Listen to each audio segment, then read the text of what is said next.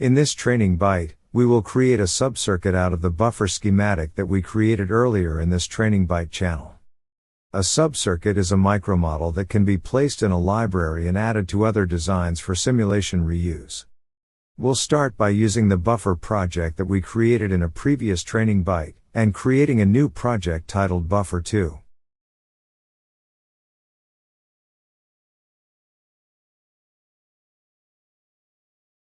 After the Buffer2 project is created, we can open it. Subcircuits generally will not include sources, so we will delete our pulse voltage source and our DC voltage sources.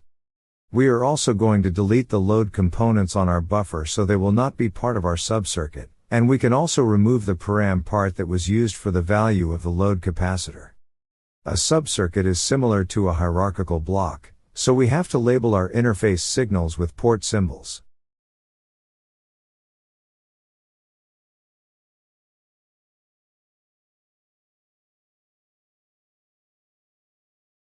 We will add the portpath or symbol to our input signal, and add a portpath L to our output interface signal, and the V+ and V pins of the LF411.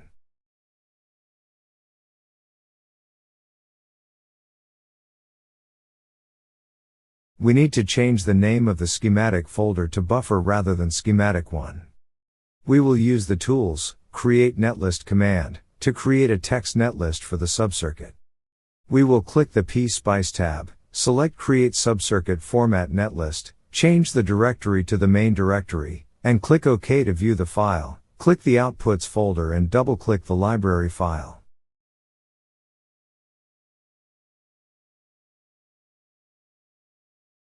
We can now close the Netlist window tab.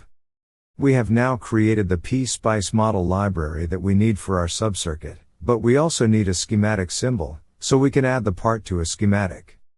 This can be easily done with the PSpice Model Editor. In the PSpice Model Editor, we will open the buffer.lib just created.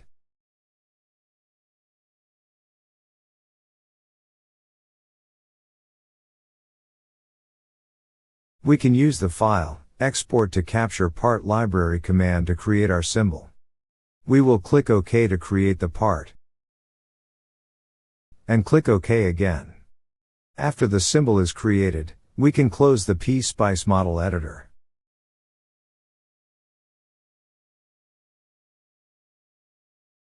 In OrCAD Capture, we will create a new project named Buffer3, where we will use and test our subcircuit.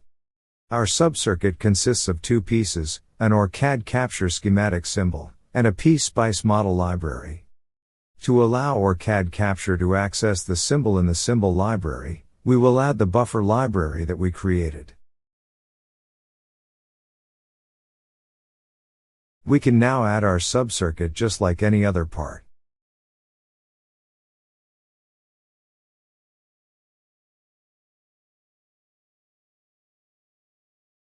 To test our subcircuit, we will add DC sources for VDD and VSS and set them to 15 volts and -15 volts, respectively.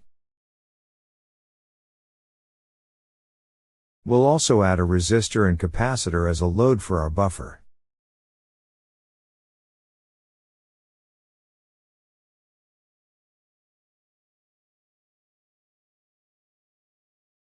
We'll use the place, PSpice part, modeling application command, and add a pulse stimulus that has a pulse that switches from 0 volts to 1 volt after a 100 nanosecond delay, with a rise time of 10 nanoseconds, a fall time of 1 microsecond, a pulse width of 1 second, and a period of 2 seconds.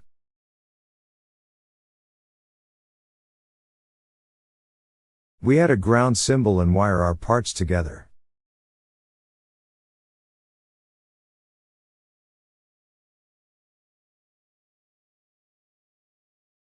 We will also add a current probe to the top pin of the capacitor so the trace will automatically be displayed in the probe window after our simulation.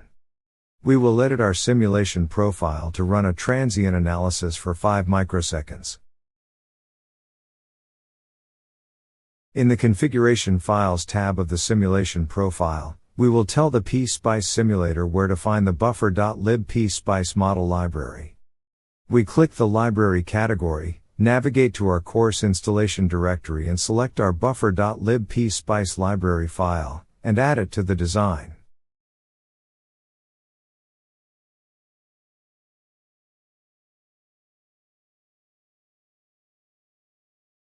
When we run our simulation, we can see that we got the same results we got in an earlier training byte, when we simulated our buffer circuit before converting it to a subcircuit and putting it in a library. In this training byte we converted a buffer circuit to a subcircuit and created a schematic symbol so we could place our subcircuit in other projects for simulation reuse.